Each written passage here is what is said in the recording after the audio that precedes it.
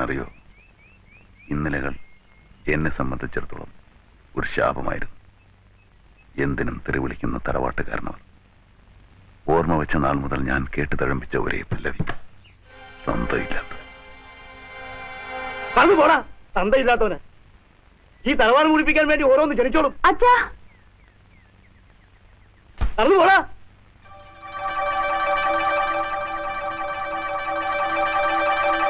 ആ അശ്ലീലത്തിന് ഓമനിച്ച് വളർത്തിക്കോടി.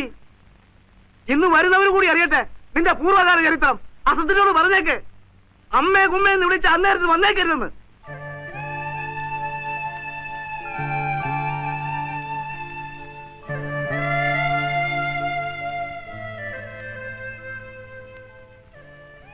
ചേച്ചിയമ്മ ഒരു കാര്യം പറഞ്ഞാൽ മോൻ അനുസരിക്കുമോ? ഇന്ന് ചേച്ചിയമ്മയെ കാണാൻ ചിലർ വരും.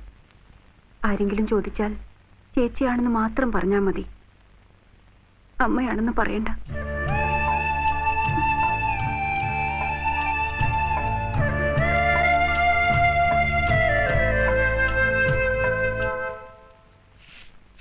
അങ്ങേര് വന്നിരിക്കുന്നു.